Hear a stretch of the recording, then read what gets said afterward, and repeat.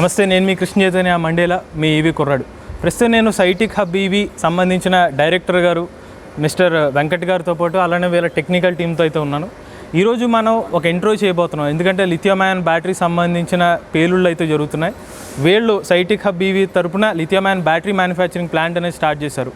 అసలు గత సంవత్సర కాలంగా లిథియం అయాన్ బ్యాటరీ మ్యానుఫ్యాక్చరింగ్ సంబంధించి సంఘటనలు కానీ, ప్రస్తుతం నేను సైటిక్ హబ్ ఈవీ సంబంధించిన ముగ్గురు డైరెక్టర్స్గా ఉన్నాను. మనం వెంకట్ గారు మన ముందు ఉన్నారు, అలానే మరొక టెక్నికల్ హెడ్స్ అనే వాళ్ళు ఇద్దరు ఉన్నారు.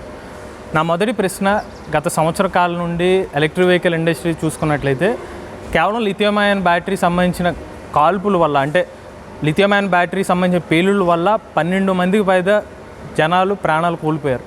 సో అంటే ఇక్కడ లిథియం అయాన్ బ్యాటరీ సంబంధించిన తయారు చేసేవాళ్ళు కానీ, ఎలక్ట్రిక్ వెహికల్ ఇండస్ట్రీ కానీ వ్యాపారమే ముఖ్యం, వాళ్ళ ప్రజల ప్రాణాలు పోయిన వాళ్ళకి ఏమీ సంబంధం లేనట్టుగా ఫీల్ అవుతున్నారని మేము అనుకుంటున్నాం.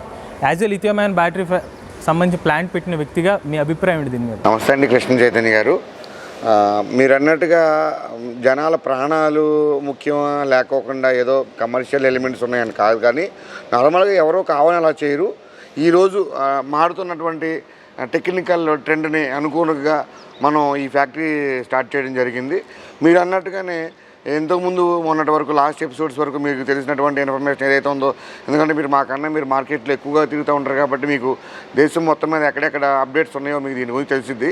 కానీ ఇప్పుడు దాకా జరిగిన ఎపిసోడ్స్కి మెయిన్ కారణం ఏంటంటే, మన ఇండియాలో ఒక స్పెసిఫిక్ గైడ్ లైన్స్ కానీ లేకపోతే స్పెసిఫిక్ సపోర్ట్ కానీ సెపరేట్ కంట్రోల్ బాడీ ఎవరూ లేకపోవడం వల్ల ఇలాంటి అనర్థాలు జరిగినాయి. ఎందుకంటే ఎక్కువ మంది ఓఎంలో తక్కువ కాస్ట్లో బ్యాటరీ తయారు చేయించేసుకుని వాళ్ళ బళ్ళుకి పెట్టేసుకుని ఏదో ఇచ్చేసేయాలి, బిజినెస్ చేసేయాలని ఆలోచనతో వాళ్ళు కొన్ని విషయాల్లో కాంప్రమైజ్ అవ్వటం వల్ల కొన్ని చోట్ల, అన్ని చోట్ల కాదు, కొన్ని చోట్ల, ఎందుకంటే నేను కాదన్నా కానీ మీరు ఖండిస్తాను, ఎందుకంటే మీకు ఎవిడెన్స్ బేస్డ్ సపోర్ట్ మీ దగ్గర ఉంది కాబట్టి. మేము కూడా ఏంటంటే మీరు అన్నది వాస్తవం ఉంది, కానీ మేము చెప్పబోయే దాంట్లో ఇంకా మంచి ఇన్ఫర్మేషన్ ఉంటుందని నేను మీకు చెప్పాలనుకుంటున్నాను. ఎందుకంటే ఇప్పుడు దాకా గైడ్ లైన్స్ కానీ కంట్రోల్ అథారిటీ కమిటీ కానీ ఇండియాలో ఏదీ లేదు. రీసెంట్గా ఈ ఎపిసోడ్స్ జరగడం వల్ల మన నరేంద్ర మోడీ గారు ఒక ఇండియాలో ఒక గవర్నింగ్ బాడీ కానీ కంట్రోల్ బాడీ అథారిటీ కొన్ని తీసుకొచ్చి కొన్ని గైడ్ లైన్స్ రిలీజ్ చేశారు. దాన్ని మీకు కూడా తెలిసే ఉంటుంది, మార్కెట్లో AIS 156 అనే గైడ్ లైన్స్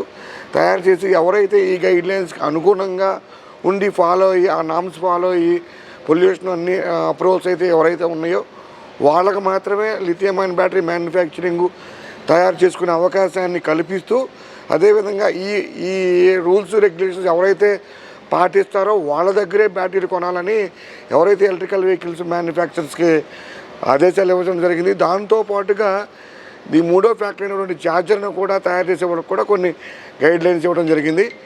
ఈ 3 రకాల ప్రాసెస్లు ఇంతకుముందు లేకపోవడం వల్ల కొన్ని అనర్థాలకు దారితీసింది. ఇప్పుడు ప్రస్తుత కాలంలో ఇవన్నీ సెట్ రైట్ అయ్యి మనం లక్కీగా మా దగ్గర ఉన్న టెక్నికల్ టీం కానీ, మా Gopal Reddy garu, one of the director technical head, మా technical international purchase mister Nageswara Reddy garu కానీ, మనం ఏవైతే బ్యాటరీలు కొంటున్నామో అన్నీ A grade 3C cells certified as per meeting of AIS 156 కాబట్టి మా బ్యాటరీలతో అంత అనర్థం లేకపోవడం వల్ల ఎక్కువ మందికి కంపెనీలు, ఇప్పుడు మేము ఎవరైతే OEMs ఉన్నారో మేము సప్లై చేసే పెద్ద వాళ్ళందరూ కూడా వాళ్ళు మన దగ్గర రెగ్యులర్గా తీసుకుంటున్నారు. ప్రస్తుతానికి 1.5 year నుంచి మనం బ్యాటరీలు బయట మార్కెట్లో ప్రమోట్ చేస్తున్నాము. ఇప్పటివరకు కూడా మనకి సర్వీస్ ప్యాక్లు వెనక్కి రాలేదు, అదేవిధంగా మాకు ఎపిసోడ్స్ కూడా అట్లాంటివి ఏమీ జరగలేదు. సో మీరు నాగేశ్వర్ రెడ్డి గారు, మీరు టెక్నికల్ హెడ్. సో మీకు తెలిసే ఉంటుంది, ఇప్పుడు ఈయన AIS 156 స్టాండర్డ్స్ అని చెప్పారు. AIS 156 స్టాండర్డ్స్ అంటే కొత్తగా గవర్నమెంట్ ఏదో కొత్తగా తీసుకొచ్చింది కాదు, మసిపూసి మారేడుకాయ చేసినట్టు ప్రీవియస్గా ఉన్న 038 స్టాండర్డ్కి అదే సంబంధించిన అదే అమెండ్మెంట్ 1లో సేమ్ అదే స్టాండర్డ్స్ ఉన్నాయి. ఇప్పుడు దీనివల్ల ప్రజలకి ఏదో సెక్యూరిటీ వస్తుందని చెప్పి ఒక తాత్కాలిక భావనే తప్పిస్తే, ఉదాహరణకి ఈ మధ్యనే కొన్ని సంఘటనలు జరిగినాయి. ఛార్జరు కేవలం ఎక్కువసేపు ఛార్జింగ్ పెట్టారని చెప్పి లిథియం అయాన్ బ్యాటరీ కాలిపోవడం వల్ల ఆస్తి నష్టం జరిగింది. ఇప్పుడు ఎవరైతే లిథియం అయాన్ బ్యాటరీ ఛార్జర్లు ఎవరైతే మ్యానుఫ్యాక్చర్ చేస్తున్నారో యాజ్ పర్ ది నామ్స్ ప్రకారం ఆటోమేటిక్ కట్ ఆఫ్ అనేది ఉంటుంది. బట్ వాళ్ళే సరైన సేఫ్టీ స్టాండర్డ్స్ ఫాలో అవ్వకుండా ఇప్పుడు కొత్తగా ఏదో సేఫ్టీ స్టాండర్డ్స్ వచ్చేసినాయి కాబట్టి ఆటోమేటిక్గా అన్ని ప్రాబ్లమ్స్ సాల్వ్ అయిపోతాయని నమ్మడం ఎంత కరెక్ట్ అంటారు? అది యాజ్ పర్ AIS 150 స్టాండర్డ్స్ ప్రకారం అయితే ఫేస్ 1 ఉంది, ఫేస్ 1 ఫేస్ 2 అని 2గా సపరేట్ చేశారు. AIS 156 ఫేస్ 1 అంటే రివైజ్డ్ ఆఫ్ 38 అండి. దాని తర్వాత ఫేస్ 2 అనేది ఇది యాక్చువల్లీ ఇప్పుడున్న ఇండియన్ మార్కెట్లో ఉన్న బ్యాటరీస్ ఫేజ్ 2 సర్టిఫికేషన్ అయ్యి ఉంటేనే అంత సేఫ్గా అని మనం భావించాలన్నమాట. AS 156 ఫేజ్ 2 సర్టిఫికేషన్ ఉన్న బ్యాటరీస్ మాత్రమే అన్ని నామ్స్ ప్రకారం ఉంటాయనే భావించాలి. ఫేజ్ 1 సర్టిఫికేషన్ అనేది రివైజ్డ్ కాబట్టి అది అంత సేఫ్ అని అయితే మనం అనుకోలేము. అంటే ఇదివరకు ఎవరైతే లిథియం అయాన్ బ్యాటరీ మ్యానుఫ్యాక్చర్ ఇప్పుడు 2022 సంవత్సరంలో గవర్నమెంట్ తీసుకొచ్చింది. అంటే మీ పాయింట్ ప్రకారం ఇదివరకు ఉన్న lithium ion battery manufacturing testing అన్నీ కూడా అంత నాణ్యతా ప్రమాణాలు పాటించిన టెస్టులని మీరు భావిస్తున్నారా? అలా అనేం కాదు, గైడ్ లైన్స్ అయితే అకార్డింగ్ టు దట్టే ఉన్నాయి. అకార్డింగ్ టు గైడ్ లైన్స్ వాళ్ళు సెట్ చేశారు, గైడ్ లైన్స్ ప్రకారమే ఉన్నాయి. కాకపోతే ఆ స్టాండర్డ్స్ ఇంకా ఇండియన్ వెదర్కి మ్యాచ్ అవ్వలేదు. దానికోసమే AS 156 ఫేజ్ 2 అనే స్టాండర్డ్స్ తీసుకొచ్చారు. అకార్డింగ్ టు దట్ ఉంటే మాత్రం బ్యాటరీస్ సేఫ్ అనే చెప్పొచ్చు. ఇండియన్ స్టాండర్డ్స్ అంటే లైక్ ఇండియన్ టెంపరేచర్స్ కానీ వాటికి సెట్ అవుతుంది. గోపాల్ గారు, మీరు AS 156 స్టాండర్డ్స్ గురించి మాట్లాడుతున్నారు. సరే, మీ సంబంధించిన కంపెనీకి మీ స్టార్టప్ గురించే మాట్లాడుకుంటే రేపొద్దున మీ లిథియం అయాన్ బ్యాటరీ మ్యానుఫ్యాక్చర్స్ ఎవరో బల్క్ ఆర్డర్ పెట్టుకుని ఉంటారు. బల్క్ ఆర్డర్ పెట్టిన తర్వాత మీరు ఎన్ని సేఫ్టీ ప్రమాణాలు పాటించినా ఒక ఇన్సిడెంట్ ఏదో జరిగింది అనుకోని కారణాల వల్ల ఎవరో చనిపోయారు అనుకుందాం, దానికి బాధ్యత ఎవరు పాటిస్తారు? లేదా అందరిలాగానే మీరు కూడా కస్టమర్ల మీద దోసేసి మీరు సరిగ్గా ఛార్జింగ్ పెట్టుకోలేదు, మీరు రాత్రి పడుకుని పోయారని చెప్పి అటువంటి సాకులు ఏమని చెప్తారు? ఓకే, యాక్చువల్లీ ఇప్పుడు మీరు అడిగిన క్వశ్చన్ ప్రకారం ఇప్పుడు ఏవైతే AS 156 స్టాండర్డ్స్ ఏవైతే ఉన్నాయో మనం వాటిని ఫాలో అయితే మనకి ఏ ఇష్యూస్ రావు సార్. ఇలాంటివి ఫర్ ఇన్ కేస్ ఏదన్నా మనకి వచ్చినా మన బ్యాటరీస్కి ఇన్సూరెన్స్ ఉంది, పబ్లిక్ లయబిలిటీ ఇన్సూరెన్స్ ఉంది. మేము ఆఫర్ చేస్తున్నాం అది కూడా ఆల్రెడీ. ఎందుకంటే ఏదైనా ప్రాపర్టీ డ్యామేజ్ అయిందంటే we can repair it, but the lifes ఏదైనా డ్యామేజ్ అయితే పబ్లిక్ లయబిలిటీని మేము ఆఫర్ చేస్తున్నాం. బట్ యాక్చువల్లీ మేమంతా యూస్ చేసేది మాత్రం యాజ్ ఫర్ AS 56 స్టాండర్డ్ ప్రకారం. అండ్ మేము హై రేటెడ్ సెల్సే వాడుతున్నాము, హై క్వాలిటీ సెల్సే వాడుతున్నాము. అండ్ BMS కూడా వాడుతున్నాము, స్మార్ట్ BMS యూస్ చేస్తున్నాము. అండ్ మీరు ఇందాక అన్నారు కదా ఛార్జింగ్ పెట్టినప్పుడు అయితే ఏంటి అని. దానికి ఏంటంటే మేము సజెస్ట్ చేసేది స్మార్ట్ ఛార్జరే ఇస్తున్నాము. అంటే ఏంటి, మా BMSతో ఎవ్రీ సెకండ్ ఇట్స్ కమ్యూనికేట్ అయ్యి మనకి బిఫోర్ ద టెంపరేచర్ ఇంక్రీజ్ అయినా, ఇప్పుడు ప్రీవియస్ కండిషన్స్లో చూస్తే అవి జస్ట్ వోల్టేజ్ బేస్డ్ మీద తీసుకొని కట్ ఆఫ్ చూసుకుంటూ ఉండేవి, టెంపరేచర్ని మానిటర్ చేయవు. బట్ ఇప్పుడు మన బ్యాటరీ ప్యాక్లో స్మార్ట్ BMS ఉంటుంది. మన ఛార్జర్స్ అనేవి మనం యూస్ చేసే ఛార్జర్స్ ఇప్పుడు మన బ్యాటరీ ప్యాక్కి యాజ్ ఎ ఛార్జింగ్ స్టేషన్సే కానీ ఛార్జర్లే కానీ మేము ప్రొవైడ్ చేసేవి CAN కమ్యూనికేషన్స్తో జరుగుతూ ఉంటాయి. It will monitor voltage, current and temperature also. వీటిలో ఏవైనా మేము ఇచ్చిన లిమిట్స్ దాటిపోతే వెంటనే ప్రివెంట్ చేస్తుంది. ఫర్ ఎగ్జాంపుల్, మీరు ప్రీవియస్ కండిషన్స్ ఏవైతే చెప్పారో ఛార్జింగ్ పెట్టినప్పుడు బ్లాస్ట్ అయిందని, ఇప్పుడు ఛార్జింగ్ పెట్టినప్పుడు మేబీ టెంపరేచర్ ఇంక్రీజ్ అవ్వచ్చు, మేబీ 40 నుంచి 50కి వెళ్ళి ఉండొచ్చు. ఆ టైంలో కనుక స్మార్ట్ ఛార్జర్ ఉంటే టెంపరేచర్ 50కి వెళ్ళంగానే కట్ ఆఫ్ చేసేసేది, మనకు ఆ యాక్సిడెంట్ ఉండేది కాదు. అంటే ఏంటంటే ఇప్పుడు మనం ఎక్కడైతే కండిషన్స్, అంటే ఎక్కడైతే ఫైర్ కానీ ఇలాంటి ఇన్సిడెంట్స్ జరగడానికి రీజన్స్ ఉన్నాయో వాటిలన్నిటిని మేము ప్రివెంట్ చేసాము యూజింగ్ స్టాండర్డ్స్ ద్వారానే. కానీ ఇంకా ఎక్స్టర్నల్గా ఈ స్టాండర్డ్స్లోనే మెన్షన్ చేశారు ఈచ్ అండ్ ఎవ్రీ ఛార్జర్కి క్యాన్ ఉండాలి. ఎందుకంటే మనం టెంపరేచర్ కానీ వోల్టేజ్ కానీ కరెంట్ కానీ అన్నీ మానిటర్ చేస్తాను. వెంకట్ గారు, నా ప్రశ్న ఏంటంటే గత సంవత్సర కాలం నుండి మీరు చూస్తే లిథియం అయాన్ బ్యాటరీస్ ఏమన్నా కాలితే కానీ వెంటనే అసలు ఇండస్ట్రీ నుంచి వచ్చే మాట ఏంటంటే కస్టమర్ని ఎడ్యుకేట్ చేస్తున్నారు.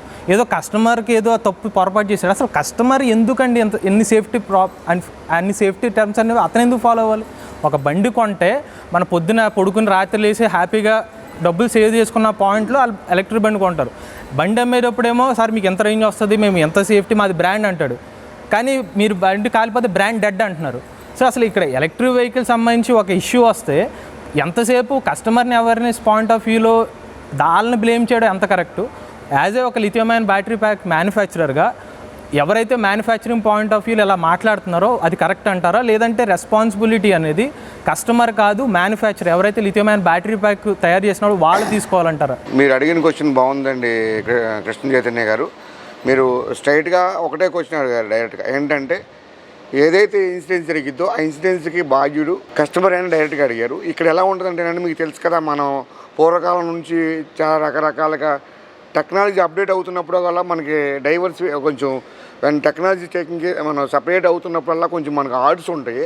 ఆ ఆర్డ్స్ని అధిగమించాలంటే ఒక బ్యాటరీ మ్యానుఫ్యాక్చర్గా నేను ఒక్కనే జాగ్రత్తలు తీసుకుంటే సరిపోదు. కాబట్టి ఈ టెక్నాలజీని ఎండ్ యూజర్ వరకు, అంటే కస్టమర్ వరకు వెళ్ళాలి. కాబట్టి ఎండ్ యూజర్కి కూడా మేము వీఆర్ మేకింగ్ అవేర్నెస్. ఆ అవేర్నెస్లో భాగంగా మినిమం ఛార్జింగ్ పెట్టేటప్పుడు ఆ ఛార్జింగ్ పోర్ట్ అనేది మినిమం 16 యాంప్ సాకెట్ పెట్టాలని బేసిక్ రూల్స్ అండి. యాక్చువల్గా మనం మామూలుగా ఇప్పుడు ఏంటంటే మన మిడిల్ క్లాసు ఫ్యామిలీస్ కానీ అప్పర్ గ్రేడ్ ఎవరు ఎక్కువగా వాడట్లేదు.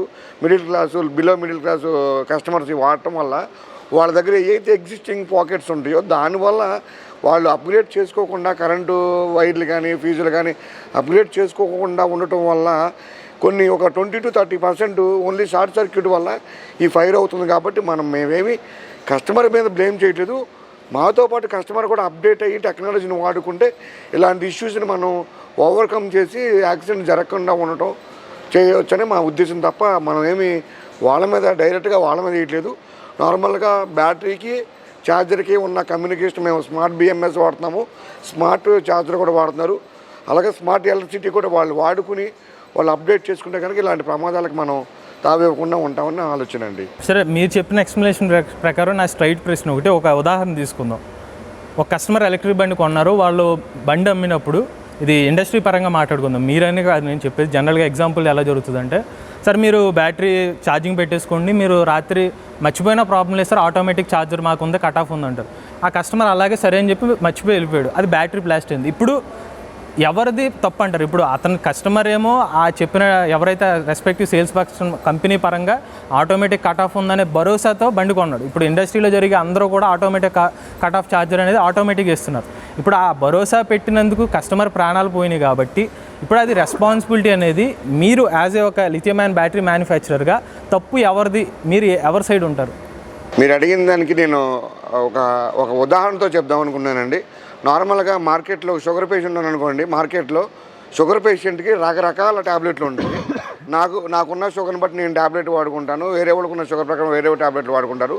అలాగే ఇప్పుడు ఉన్న మార్కెట్లో ఉన్న అవేర్నెస్ ఏంటంటే, ఒక ఎలక్ట్రికల్ వెహికల్ కొనుక్కుంటే దానికి ఇచ్చే ఛార్జర్ కాకుండా ఉన్న అవసరాలకి మించి వాడుకోవడం కోసమని మన దగ్గర ఛార్జర్ దాంతోపాటు తీసుకుంటే ఎక్కువ అవుతుందని బయట మార్కెట్లో చీప్ గ్రేడ్ ఛార్జర్లు తెచ్చేసుకుని అక్కడ పెట్టుకుని ఇక్కడ పెట్టుకుని ఛార్జింగ్ పెట్టుకుని, అంటే నార్మల్గా అందరికీ తెలిసిందంటే ఛార్జర్తో వెహికల్తో పాటు ఛార్జర్ ఇచ్చింది వాడకుండా వాళ్ళు ఆఫీస్ దగ్గర ఒరిజినల్ ఛార్జర్ పెట్టుకుని డూప్లికేట్ ఛార్జర్ ఏదో 500కి 1000 రూపాయలకి వస్తుందని బయట ఛార్జర్. లేదు, మీరు క్వశ్చన్ డైవర్ట్ చేస్తున్నారు. చెప్పేదాన్ని కరెక్ట్. అసలు అదే ఛార్జర్ వాడారు, వేరే ఛార్జర్ ఏం వాడలేదు, ఆ కంపెనీ వాళ్ళు ఇచ్చిన ఛార్జరే వాడారు. ఓకే, అయినా సరే జరిగిందంటే ఎవరిది తప్పు? అది ఎవరిది తప్పు అంటే డెఫినెట్గా అది రెండు వైపుల నుంచి మనం ఆలోచించుకుని అది ఒకసారి దాన్ని క్లియర్గా క్షుణ్ణంగా పరిశీలించుకుని మనం ఒక నిర్ణయం తీసుకోవాలి తప్ప, అంతేకాని కస్టమర్ తప్పు వాడారని కస్టమర్ మీద మేము వేయలేము, అదేవిధంగా మేము తప్పు చేసామని మేము చేసుకోవాలి. ఎందుకంటే యాజ్ పర్ ఇండియన్ గైడ్లైన్స్ ప్రకారం మేము ఫాలో అవుతున్నాం. అక్కడ ఇంకొక విషయం ఏంటంటే, మన చేతిలో లేనటువంటి కొన్ని టెక్నికల్ ఇష్యూ అంటే ఎక్సెస్ కరెంటు ఏదైతే ఉందో మన లోపల మైక్రో రెజిస్టర్లు వాడటం వల్ల ఛార్జర్లో అవి కనుక ఒకవేళ షార్ట్ ఫెయిల్ అయినట్టు ఒక్కొక్కసారి జరుగుతూ ఉంటాయి.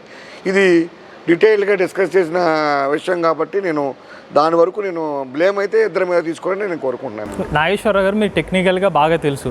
ఇప్పుడు ఎవరైనా సరే ఒక ఎలక్ట్రిక్ వెహికల్ సంబంధించిన బ్యాటరీ ప్రాబ్లం రాగానే ఒకటే ఏం చెప్తున్నారంటే థర్మల్ రన్అవే అని ఒక మాట చెప్పి తప్పించుకుంటున్నారు. అసలు కస్టమర్కి థర్మల్ రన్అవే ఏంటో తెలియదు, వోల్టేజ్ తెలియదు, యాంపర్స్ ఏమీ తెలియదు.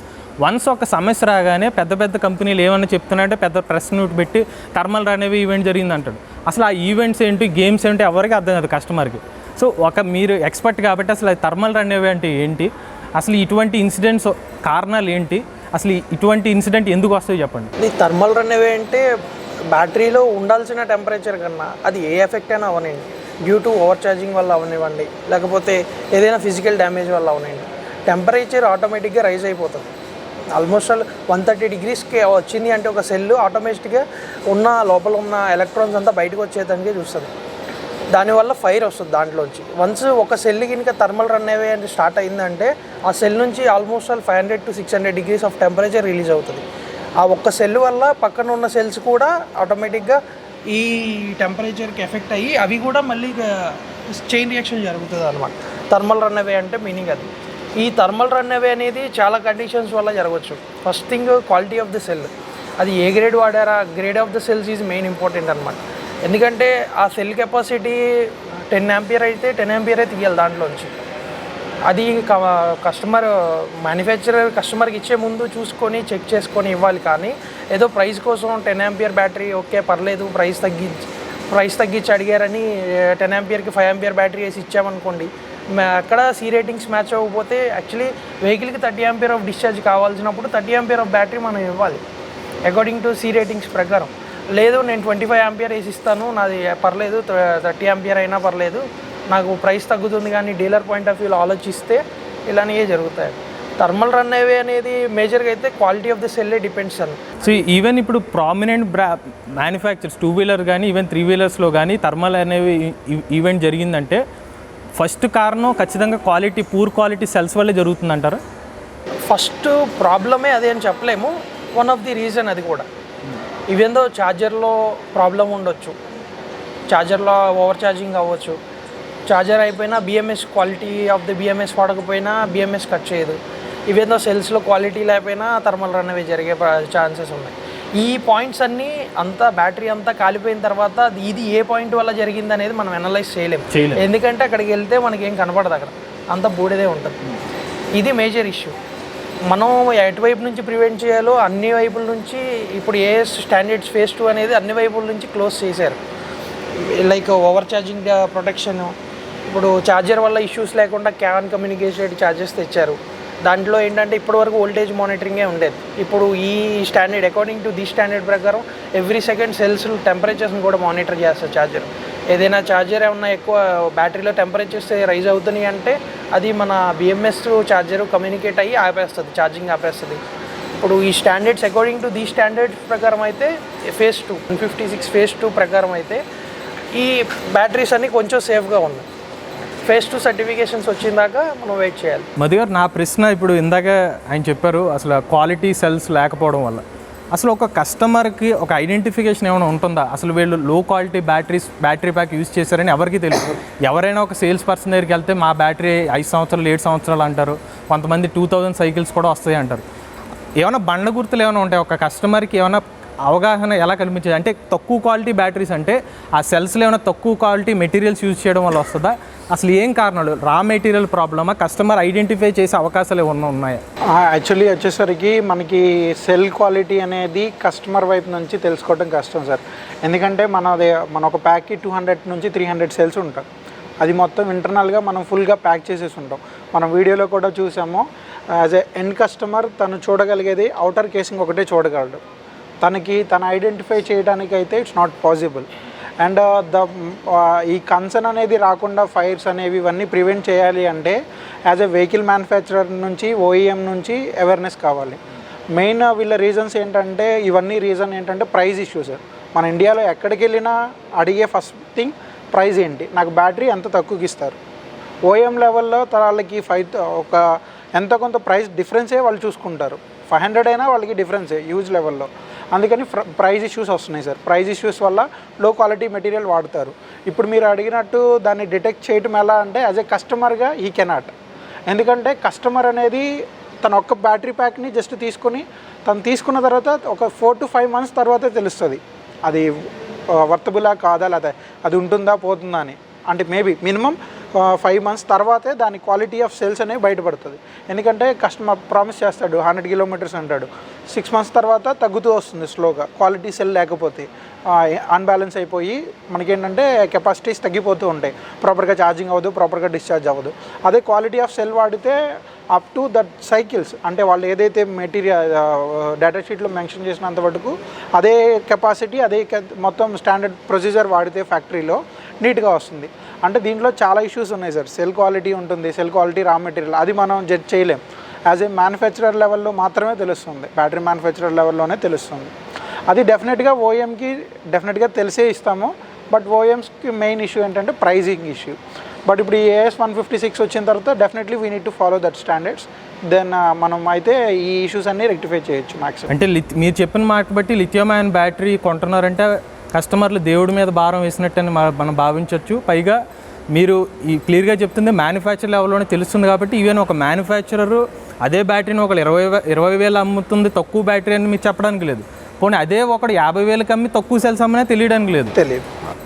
సో ఓవరాల్గా ఇది టెక్నికల్గా ఒక కస్టమర్ నమ్మకం మీద వెళ్ళలేదు అంతే సార్. ఇక వాళ్ళు మోసపోయాడని తెలియాలంటే మోసం జరిగే వరకు వెయిట్ చేయాల్సిందే. దాంతోపాటు మన బ్యాటరీస్కి మనం కూడా warranty card with certification issue చేస్తున్నామండి. సో అదొక బెనిఫిట్. మన బ్యాటరీస్ వరకు అయితే కనుక we're not going to talk about other battery manufacturers. మన బ్యాటరీతో చెక్ లిస్ట్తో సహా కంప్లీట్గా we're giving a checklist as well as warranty card which is having all the details of మనం ఏ సెల్స్ వాడుతున్న డీటెయిల్స్ అన్నీ ఉంటాయి. So that customer can know what is the cells what we're going to give. Sir ఇప్పుడే వెంకట్ గారు చెప్పారు ఒక warranty card పరంగా మేము అన్ని చెక్ లిస్ట్స్ ఇస్తామని చెప్పారు.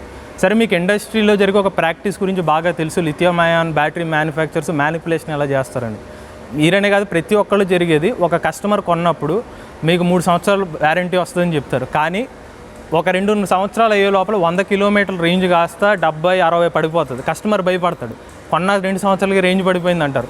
వెళ్ళగానే ఫస్ట్ ఒక మ్యానుఫ్యాక్చర్ చెప్పే మాట మాకు విత్ ఇన్ ద లిమిట్స్లో ఇంత డీగ్రేడేషన్ ఉంటుందని చెప్తారు.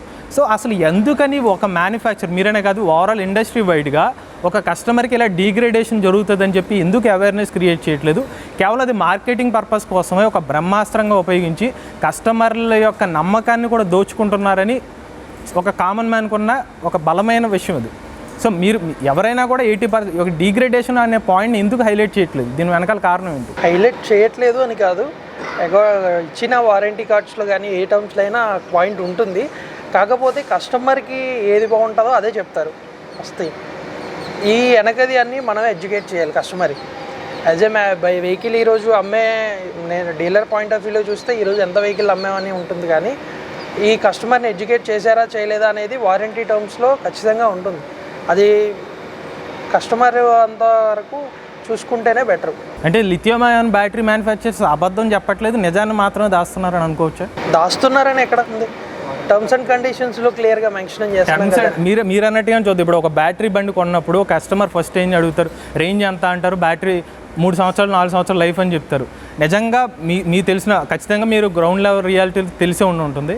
అసలు నాకు తెలిసి 99 కాదు 100% ఎవరో కూడా మీకు కొన్న 2వ రోజు నుంచి మీకు డిగ్రేడేషన్ మొదలవుతుందని ఎవరైనా చెప్పు ఉన్నారు, మీరు నమ్ముతున్నారంటే మార్కెట్ గురించి మనం ఎవరిని జడ్జ్ చేయలేం, కానీ ఇక్కడ నుంచి వెళ్ళేది అయితే మేజర్గా అయితే అది తెలియకుండా అయితే ఉండదు వస్తాయి. సో ఇటువంటి మార్పు రావాలని మీరు భావిస్తున్నారా వెంకట్ గారు? అసలు నిజంగా ఇండస్ట్రీలో అవేర్నెస్ పాయింట్ ఆఫ్ వ్యూలో డెఫినెట్గానండి అలా అవేర్నెస్ వచ్చి టెక్నాలజీని అందిపుచ్చుకున్న రోజునే మనం ఈవీ మార్కెట్ని మనం ముందు తీసుకెళ్దామనే ఉద్దేశంతోనే మా మోటోయే కొంచెం అవేర్నెస్, క్వాలిటీ సెల్స్ వాడి, క్వాలిటీ బ్యాటరీ, క్వాలిటీ టెక్నాలజీ అంతా కొంచెం ఎంతవరకు అప్గ్రేడ్ చేయగలమో బ్యాటరీని ఫ్యూచర్లో. ఇప్పుడు మీకు ఇందాక మనం అంతకుముందు మీ 2 వీడియోలో కూడా మేము చెప్పినప్పుడు చెప్పాం, ఇది మేము బ్యాటరీలు ఒకటే కాకుండా మన బ్యాటరీలకి సపోర్టింగ్గా ఒక వేరే కంపెనీతో ఏపీలో లాంచ్ చేసే జయశ్రీ గ్రూప్ ఆఫ్ కంపెనీస్తో మనం బ్యాటరీ ఛార్జింగ్ స్టేషన్స్ కూడా మనం ఫాస్ట్ ఛార్జింగ్ స్టేషన్స్ కూడా ఇవ్వడం జరిగింది. దాన్ని వాళ్ళు కూడా ఆ టెక్నాలజీ మన దగ్గర తీసుకుని ఎక్స్క్లూజివ్గా మన రైట్స్ వాళ్ళకి ఇవ్వడం జరిగింది. ఆ టెక్నాలజీని వాళ్ళు మార్కెట్లో తీసుకెళ్తున్నారు. అది సక్సెస్ అయిద్దని మేము కూడా చాలా స్ట్రాంగ్గా నమ్ముతున్నాం. అదొకటే కాకుండా అలా దాంతోపాటుగా బ్యాటరీని ఆటో రిపేరింగ్ కిట్ని కూడా మనం ఇన్వెంట్ చేయడం జరిగింది ఇండిజినియస్గా. దానికోసం మనం బ్యాటరీని ఎక్కడెక్కడి నుంచో మన ప్లాంట్ వరకు పంపకుండా మనం ఛార్జింగ్ స్టేషన్ని కనెక్ట్ చేస్తే ఆటోమేటిక్గా బ్యాటరీ బ్యాలెన్స్ అయిపోయి డ్యూరబిలిటీ బాగుంటుంది, లాంగివిటీ బాగుంటుంది. దానివల్ల మనకి మైలేజ్ ప్రాబ్లం రాకుండా ఉంటుంది. అంతేగాని ఇప్పుడు ఇవాళ బండి కొనేసాం కదా 7 నెలలకు 1 ఇయర్ దాకా మెయింటెనెన్స్ తీసుకెళ్లకుండా, సెల్ బ్యాలెన్సింగ్ లేకోకుండా అలా కస్టమర్ వాడినా కూడా అది కస్టమర్ వైపు నుంచి అదొక రకమైనటువంటి డిసడ్వాంటేజ్ మేము మార్కెట్లో ఉంటున్నాం. ఎందుకంటే బండి కొంటాడు, ఛార్జింగ్ పెడతాడు, వాడతాడు, తీస్తాడు, ఎప్పుడైనా 6 నెలలకు ఒకసారి సర్వీస్కి తీసుకెళ్తాడు. అలా కాకోకుండా ఎవ్రీ 3 మంత్స్కి ఒకసారి. అంటే మాకు యాక్చువల్గా మేము డైరెక్ట్గా బీ2బీ ఉన్నాం, బీ2సీ లేం కాబట్టి మేము కస్టమర్కి అవేర్నెస్ చేయలేము. But whatever we're providing that is belongs to only customer awareness product కింద మేము ఇస్తున్నాం అనమాట. దానివల్ల డెఫినెట్గా ఫ్యూచర్లో ఇలాంటి ప్రాబ్లం రావని మనస్ఫూర్తిగా కోరుకుంటున్నాను. గోపాల్ గారు, ఇప్పుడు AS 156 స్టాండర్డ్స్ అనేది అమెండ్మెంట్ స్టార్ట్ అయిన తర్వాత మీరు ఖచ్చితంగా చెప్పగలుగుతారు ఇంకా lithium ion battery fire incidents అనేవి జరగవు అని చెప్పి కొండ బద్దలు కట్టుకోగలుగుతారు?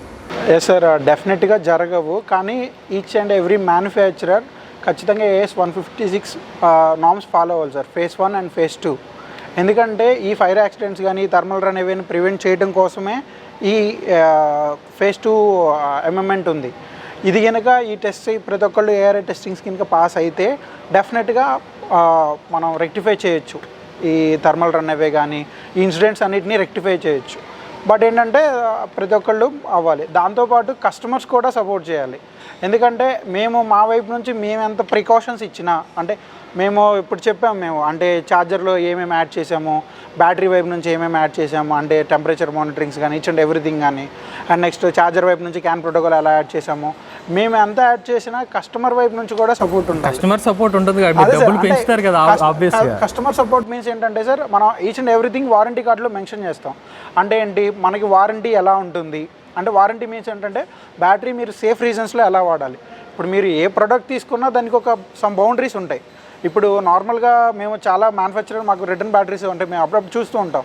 వాళ్ళు వర్షంలో కూడా వానలో పెట్టేసి ఉంటారు. బట్ ఏంటంటే దానికి మనం కొన్ని, అంటే మేబీ వాన పడుతున్నప్పుడు, అంటే ఫుల్గా పెట్రోల్ వెహికల్ తీసుకెళ్ళిపోయినట్టు వాటర్లో డెప్ చేసేసి తీసుకెళ్లకుండా, బట్ AS 156లో ప్రివెంట్ చేశారు. బట్ వాళ్ళు అట్లాంటి ప్రివెంట్ చేయగలిగితే మేబీ కొన్ని ఉన్నాయి కండిషన్స్ అలాంటివి. అండ్ నెక్స్ట్ ఇక్కడ వారంటీలో ఇంకోటి ఏంటంటే మనకు వచ్చేసరికి ఛార్జింగ్ పెట్టేటప్పుడు కొన్ని ప్రివెన్షన్ మెథడ్స్ ఉన్నాయి. అంటే ఏంటి, కంటిన్యూస్గా యూస్ చేసిన తర్వాత మేబీ ఒక 15 to 30 minutes వదిలేస్తే బ్యాటరీ ప్యాక్ని maybe it get some cool అనమాట. ఎందుకంటే మనం కంటిన్యూస్గా మనం కరెంట్ డ్రా చేసి ఉన్నాము, maybe temperature 5 to 10 centigrades increase అవుతుంది. మనం ఎన్ని ప్రివెన్షన్ తీసుకున్నా ఒక చిన్నది, అంటే ఏంటి, ఛార్జింగ్ ఒక 20 minutes తర్వాత పెట్టడం అనేది ఒక చిన్న లాజిక్ అన్న, ఒక చిన్నది కనుక కస్టమర్ వైపు నుంచి కూడా తీసుకుంటే, అంటే ఇలాంటి కొన్ని ఉన్నాయి సార్ మనకి. అలాంటి ప్రికాషన్స్ అన్ని కస్టమర్ వైపు నుంచి కూడా సపోర్ట్ ఉండాలి డెఫినెట్గా, ఇవి జరగకుండా ఉండాలి. అంటే మేము మా వైపు నుంచి అండ్ గవర్నమెంట్ వైపు నుంచి ఏవైతే చేయగలమో డెఫినెట్గా we will follow all the norms. And మేము కోరుకుంటున్నాము అసలు ఇవి జరగకూడదు అని. ఎందుకంటే మా వైపు నుంచి ఇచ్చినప్పుడు మేము జీరో చూసుకుంటాం సార్ రిస్క్ అనేది. నాగేశ్వర్ గారు ఇందాకే గోపాల్ గారు చెప్పారు అసలు ఛార్జింగ్ గురించి కూడా మీరు కొంచెం సేఫ్టీ రూల్స్ తీసుకోవాలని. సో ఛార్జింగ్ పరంగా చూసుకున్నట్లయితే యాజ్ ఏ టెక్నికల్ ఎక్స్పర్ట్గా ఒక లిథియం అయాన్ బ్యాటరీ ప్యాక్ని ఛార్జింగ్కి ఎంతవరకు ఛార్జ్ చేయవచ్చు, అలానే ఏ టైంలో మళ్ళీ డిశ్చార్జ్, అంటే ఉదాహరణకి 80% ఆగిన తర్వాత కొంతమంది 80-90% వల్ల ఆపేయమంటారు, కొంతమంది ఫుల్గా ఛార్జ్ చేసుకోమంటారు. అలానే డిశ్చార్జింగ్ చూసుకున్నట్లయితే 20-30% వరకు చూసుకోమంటారు, కొంతమంది ఫుల్గా డిశ్చార్జ్ చేయమంటారు. ఆ పాయింట్ ఒకటి. రెండోది, ఈ మధ్యన ఏమంటున్నారంటే లిథియం అయాన్ బ్యాటరీ సంబంధించిన కాల్పులు ఏమైనా జరిగితే వెంటనే మీరు ఇంటి వద్ద గ్రౌండ్ అనేది సెట్ చేసుకోవట్లేదు, గ్రౌండ్ లేకపోవడం వల్ల జరుగుతున్నాయి అంటున్నారు. కొంతమంది ఏంటంటే కస్టమర్ ఏమో షార్ట్ వేసుకోవడం వల్ల జరుగుతుంది, లేకపోతే చీర కొట్టుకోవడం జరుగుతుంది, లేనిపోని సంబంధం లేని అన్ని కూడా ఇన్వాల్వ్ చేసి చెప్తున్నారు. అసలు షార్ట్ అనేది ఏదైతే గ్రౌండ్ అని ఎర్తింగ్ అనేది యూజ్ చేయకపోవడం వల్ల నిజంగా లిథియం అయాన్ బ్యాటరీ ఛార్జింగ్ వల్ల ఆ బ్యాటరీకి ఎఫెక్ట్ అయ్యే అవకాశం ఎంత ఉంది as a technical person? Effect అయితే ఉంటుంది ఖచ్చితంగా, ఎర్త్ లీకేజ్ అనేది. దానికోసమే ఈ రీసెంట్గా వచ్చిన నామ్స్లో ఎర్త్ లీకేజ్ డిటెక్షన్ అనే ఒకటి కూడా ఎనేబుల్ చేశారు. ఛార్జర్స్, ఎవ్రీ ఛార్జర్, ప్రతి ఒక్క ఛార్జరు ఎర్త్ కనెక్షన్ లేకపోతే ఛార్జర్ ఆన్ అవ్వకూడదు first thing. Earth leakage detection అంటే అదే ఛార్జర్లో ఫీచర్ ఎనేబుల్ అయ్యి ఉంటేనే మనకి ఇప్పుడు ఇచ్చిన స్టాండర్డ్స్ ప్రకారం ఉన్నట్టు మీనింగ్. ఛార్జింగ్, ఎర్తింగ్ అనేది ఇంపార్టెంట్, ఎందుకంటే ఏ ఎలక్ట్రానిక్ ఐటమ్కైనా ఎర్తింగ్ అనేది మెయిన్ ఇంపార్టెంట్. అది లేకపోవడం అనేది మనం ప్రతి ఒక్కసారి చెక్ చేయలేం కాబట్టి ఆ డిటెక్షన్ అనే ఫీచర్ ఛార్జర్లో ఎనేబుల్ చేశారు అందరు. ఈ మన అమెండ్మెంట్స్లో కూడా అదే చెప్పింది, ఛార్జింగ్ ఎర్త్ లీకేజ్ డిటెక్షన్ అనేది ఉండాలి మ్యాండేట్గా. ఒకవేళ అది లేకపోతే ఛార్జర్ ఆన్ అవ్వకూడదు. ఛార్జింగ్ పర్సంటేజ్ ఎంతవరకు కరెక్ట్ అంటారు మీరు? ఛార్జింగ్ పర్సంటేజ్ అనేది బిలో 20% ముందు ఛార్జింగ్ పెట్టుకోవడం బెటర్, అప్ టు 100% వరకు. ఇప్పుడు ఉన్నాయన్నీ మైక్రో కంట్రోలర్ బేస్డ్ ఛార్జర్స్ కాబట్టి ఆటో కట్ ఆఫ్లు అవన్నీ అదే ఇట్ కెన్ హ్యాండిల్ అనమాట.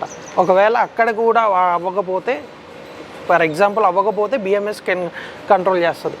పెద్ద ప్రాబ్లమ్స్ అయితే ఏం లేవు, ఛార్జింగ్ వల్లే ఇది అవుతుంది అని చెప్పలేము, అలా అని ఛార్జింగ్ వల్లే అవ్వట్లేదు అని చెప్పలేము. సో కొంతమంది 80% 90% దగ్గర ఆపేయమండి అని చెప్తూ ఉంటారు, అది పెట్టిన ప్రాబ్లం లేదంటారా మీరు? పెట్టిన ప్రాబ్లం లేదేం కాదు అసలు. అసలు అది ఆపేయమంటాం కాదు, యాక్చువల్లీ మేబీ అది ట్రికిల్ ఛార్జ్ అనే ఒక పాయింట్ అనుకుంటా. ట్రికిల్ ఛార్జ్ అంటే ఆఫ్టర్ 90% అంటే బిఫోర్ 1 volt ట్రికిల్ ఛార్జ్ అనేది ప్రతి బ్యాటరీకి ఆన్ అవుతుంది. ప్రతి ఛార్జరు ట్రికిల్ ఛార్జ్ అనే మోడ్లోకి వెళ్తుంది అనమాట. అక్కడ నుంచి స్లోగా ఛార్జింగ్ చేస్తుంది. మేబీ ఆ పాయింట్ అయ్యి ఉండొచ్చు. 100% ఛార్జింగ్ చేసుకోవచ్చు, ప్రాబ్లం ఏం లేదు. సో మీ సైటిక్ హబ్ ఈవీ సంబంధించిన బ్యాటరీ ప్యాక్స్ గురించి మాట్లాడితే ఇప్పుడు అందరూ కూడా కొత్తగా లిక్విడ్ కూల్డ్ బ్యాటరీస్ యూజ్ చేస్తున్నారు. అంటే BMSలో లిక్విడ్ కూల్ జరుగుతుంది, బట్ మీరు స్టిల్ ఎయిర్ కూల్డే యూజ్ చేస్తున్నారు. సో మీరు ఎందుకు అప్గ్రేడ్ అవ్వలేదు? యాక్చువల్లీ అసలు అవసరం లేదు లిక్విడ్ కూలింగ్ అనేది, ఎందుకంటే మన బ్యాటరీ లిమిట్స్ మనకు తెలుసు. మనం ఏ వెహికల్కి మనం ఆ బ్యాటరీ ఇస్తున్నామో మన లిమిట్స్ మనకు తెలిసినప్పుడు, ఇప్పుడు ఫర్ ఎగ్జాంపుల్ కార్ తీసుకుంటే అది హై ఆంపియర్ డిశ్చార్జ్లు ఉంటాయి. వాటికి ఖచ్చితంగా లిక్విడ్ కూలింగ్ అనేది మ్యాండేటరీ. ఎందుకంటే మ్యాక్సిమం మనం ఎంత సి రేటింగ్ ఆఫ్ సెల్ తీసుకున్నా 5C ఉంటుంది అంతే. కానీ కారులోకి తీసుకెళ్ళినప్పుడు, కారులోకి ఆ మోడల్లోకి వెళ్ళినప్పుడు హై ఆంపియర్ ఆఫ్ డిశ్చార్జెస్ ఉంటాయి కాబట్టి వాటికి లిక్విడ్ కూలింగ్ అనేది నెసెసిటీ.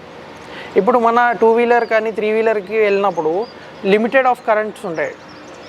మనకు కావాల్సినంత అవసరం లేదు డిశ్చార్జ్కి, ఎక్కువ డిశ్చార్జ్ ఉండదు కాబట్టి మన లిమిట్స్లోనే మన బ్యాటరీ ఉన్నప్పుడు బ్యాటరీ హీట్ ఎక్కినప్పుడు కూలింగ్ సిస్టమ్ ఎందుకు ఇంకా మన బ్యాటరీ. సో అది నథింగ్ బట్ షో ఆఫ్ అంటారు ఇప్పుడు 2 వీలర్స్లో యూజ్ చేసేవాళ్ళంతా. షో ఆఫ్ అని మేబీ అనొచ్చు, ఎందుకంటే అవసరం లేనిది ఎందుకు ఇంకా అక్కడ. ఇప్పుడు మన battery rated of discharge, rated of ఛార్జింగ్లో ఉన్నప్పుడు హీట్ ఎందుకు ఎక్కుతుంది. సో ఏ మాత్రం ఉపయోగం లేదైతే 2 వీలర్ వరకు. మేబీ ఉన్న ఎఫెక్ట్ అయితే ఎక్స్టర్నల్ వచ్చిన దాన్ని తీసి ఎక్స్టర్నల్ వల్ల బ్యాటరీ అన్న ఎఫెక్ట్ అవ్వకుండా పెట్టొచ్చేమో. ఆ మెథడాలజీ అనేది, కూలింగ్ అనేది ఒక వర్డ్, దాంట్లో మెథడాలజీస్ వేరేగా ఉంటాయి. సెల్స్ని కూలింగ్ చేయొచ్చు, బ్యాటరీస్ని కూలింగ్ చేయొచ్చు, బిఎంఎస్ మాస్ఫెట్లు కూలింగ్ చేయొచ్చు. ఈ మెథడాలజీ ఏది దానికి ఎలా అప్లికబుల్ అవుతుంది అనేది మనకు తెలియదు. వాళ్ళ పాయింట్ ఆఫ్ వ్యూలో ఒకటి ఉండొచ్చు. మేబీ కస్టమర్ షో ఆఫ్ కోసం కూడా అని చెప్పొచ్చు. ఆ మెథడాలజీ వాళ్ళకి పర్ఫెక్ట్గా ఇది రిక్వైర్డ్ అనుకుంటే పెట్టాలి. సో మీరు ఈ మధ్యనే తెలిసి ఉంటుంది, ఫిబ్రవరి నెలలో ఇండియాలో హైయెస్ట్ లిథియం రిజర్వ్స్ అనేవి ఫౌండ్ చేశారు. నిజంగా లిథియం రిజర్వ్స్ ఫౌండ్ చేయడం వల్ల రానున్న 2-3 సంవత్సరాల్లో మన దేశంలో lithium ion battery pack prices ఏమైనా తగ్గే అవకాశాలు ఉన్నాయని భావిస్తున్నారా? ప్రొడక్షన్ ఇక్కడ స్టార్ట్ అయితే మాత్రం తగ్గుతుంది. సో ఇమీడియట్గా జరుగుతుందని మీరు భావిస్తున్నారా ప్రొడక్షన్ అనేది? అది గవర్నమెంట్ రూల్స్ ప్రకారం అకార్డింగ్ టు దాన్ని డిపెండ్ చేసుకొని ఉంటాయి, మనం చెప్పలేం కదా. మాస్ ప్రొడక్షన్లో ఇక్కడ సెల్ మ్యానుఫ్యాక్చరింగ్ జరుగుతుందంటారా వన్స్ ఇది ఎక్స్ట్రాక్షన్ జరిగితే కనుక? జరగవచ్చు, ప్రాబిలిటీ ఉంది. సో మీకు ఒకవేళ లిథియం వస్తే కనుక మీరు ఇప్పుడు ఏదైతే ప్యాక్స్ మ్యానుఫ్యాక్చర్ చేస్తున్నారో సెల్ మ్యానుఫ్యాక్చరింగ్ చేసే ఐడియాస్ ఏమన్నా మీకు ఉన్నాయా? లేవు ప్రస్తుతానికి. సో చివరిగా వెంకట్ గారు, మీరు సైటిక్ హబ్ ఈవీ డైరెక్టర్గా మీ ముగ్గురు ఎక్కడే ఉన్నారు కాబట్టి మీ బ్యాటరీ ప్యాక్స్లో ఉన్న ప్రత్యేకత ఏంటి? అంటే ఇప్పుడు ప్రస్తుతం చాలా బ్యాటరీ ప్యాక్స్ ఉన్నాయి, కొన్ని 10ల సంఖ్యలో మ్యానుఫ్యాక్చర్ చేస్తున్నారు చాలా కంపెనీ. మీకు వాళ్ళ బ్యాటరీ ప్యాక్స్కి ఉన్న ప్రత్యేకత ఏంటి? మీ దగ్గరే ఎందుకు బ్యాటరీ ప్యాక్స్ తీసుకోవాలంటే మీ దగ్గర ఉన్న యూనిక్ ఫీచర్స్ ఏంటి? ఫస్ట్ ఆఫ్ ఆల్ మా బ్యాటరీ ఎందుకు వాడాలి అంటే వీఆర్ ఆల్మోస్ట్ 1.5 year మేము మార్కెట్లో ఉన్నామండి. వీ థ్రోన్ మోర్ దెన్ మనం బయట మార్కెట్లోకి ఆల్మోస్ట్ ఒక 3,000 నుంచి 4,000 బ్యాటరీలు బయట మార్కెట్లోకి పుష్ చేసాము.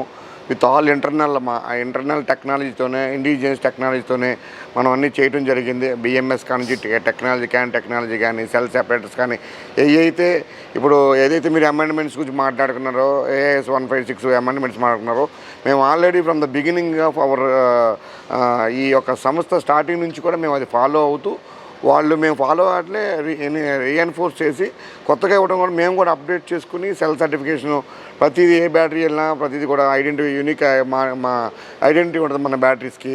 మన battery IoT technology updated batteries. అదేవిధంగా మీకు మన డిస్కషన్లో నేను చెప్పాను, ఇప్పుడు ఏదైతే లిథియం అయాన్ బ్యాటరీ వల్ల లోపల థర్మల్ ప్రాపగేషన్ ఏదైనా స్మోక్ లాగా రావడం వల్ల ఇప్పుడు ఉన్న ఇండియా ఉన్న టెక్నాలజీ అన్నీ కూడా ఓన్లీ బయటికి కూడా లిథియం అయాన్ గ్యాస్ రావటం వల్ల శ్వాసకోశ సంబంధితమైనటువంటి జబ్బులు రావటం వల్ల ఆయాస రావటం, పేషెంట్కి బ్రీతినెస్ కొంచెం ఆక్సిజన్ తగ్గిపోవటం, దీని మరణాలకు కూడా దారి తీయడం వల్ల మేము ఇండియన్గా ఒక టెక్నాలజీ క్యాటలిస్టిక్ కన్వర్టర్ మనం ఎవరైనా కస్టమైజ్డ్ కావాలంటే మనం పెట్టడం వల్ల లోపల నుంచి బయటకు వచ్చేటువంటి లిథియం అయాన్ గ్యాస్ అనేది కార్బన్ డైఆక్సైడ్గా మారిపోవటం వల్ల మన ఎండ్ యూజర్ కస్టమర్స్ ఎవరైతే ఉన్నారో వాళ్ళకి ప్రాణహాని జరగకుండా ఉంటుందని ఒక స్పెషల్ యూనిక్ ఫీచరు. దీంతోపాటు ప్రతి నెల మా 1వ తారీఖు నుంచి 31st వరకు మాకు మ్యానుఫ్యాక్చర్ అయ్యే ప్రతి బ్యాటరీ కూడా పబ్లిక్ ఇన్సూర్డ్ చేసిన పాలసీస్ ఉన్నాయి కాబట్టి మనం సెక్యూరిటీ, సేఫ్టీ కూడా, ఎఫికసీ కూడా ఉంటుందనే ధైర్యంతో మనం మరి ముఖ్యంగా మన ఆంధ్రప్రదేశ్లో ఉన్నటువంటి అతిపెద్ద బ్యాటరీ సంస్థ అవ్వటం వల్ల మనకి ఇటు మన వైజాగ్ కానీ లేకపోతే ఇటు రాజమండ్రి, అదేవిధంగా అనంతపురం వరకు కూడా మేము చెప్పినట్టుగా బ్యాటరీస్ మీరు ట్రావెలింగ్ సర్వీస్ కోసం పంపించడం, వెనక్కి తీసుకురావడం అనేది కాకుండా మేము క్వాలిటీ ఆఫ్ సెల్స్ వాడటం వల్ల మేము కూడా ఆ బడ్డీని తగ్గించుకొని మా సంస్థలో ఒకటి తయారు చేసినటువంటి ఆటో రిపేరింగ్ కిట్ వల్ల బ్యాటరీస్ కస్టమర్ డీలర్ దగ్గరే రిపేర్ చేసి వాళ్ళకి ఇవ్వటం వల్ల బడ్డీని తగ్గించుకొని డీలర్ కూడా చాలా హ్యాపీగా ఉంటాడు. దానివల్ల ఈ అన్ని బెనిఫిట్స్తో మనం మా బ్యాటరీ వాడుకోవడానికి అనువైన బ్యాటరీ ఎస్ఐటిక్ హబ్ ఈవీ బ్యాటరీ అని నేను ధైర్యంగా నమ్ముతున్నాను. చూసారు, ఇది సైటిక్ హబ్ ఈవీ సంబంధించిన డైరెక్టర్లతో పూర్తి డిస్కషన్ వీళ్ళైతే క్లియర్గా చెప్తున్నారు.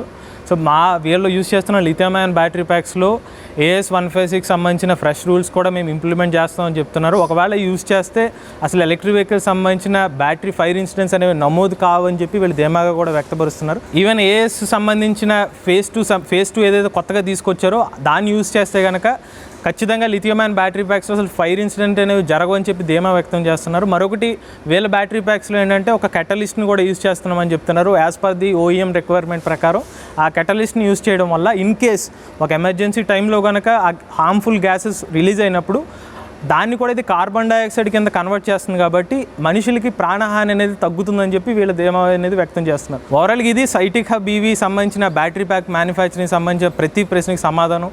అటు ఇండస్ట్రీ పరంగా కూడా ప్రజలకు కావాల్సిన ఇన్ఫర్మేషన్ అయితే వీళ్ళ దగ్గర నుంచి రాబట్టడం జరిగింది.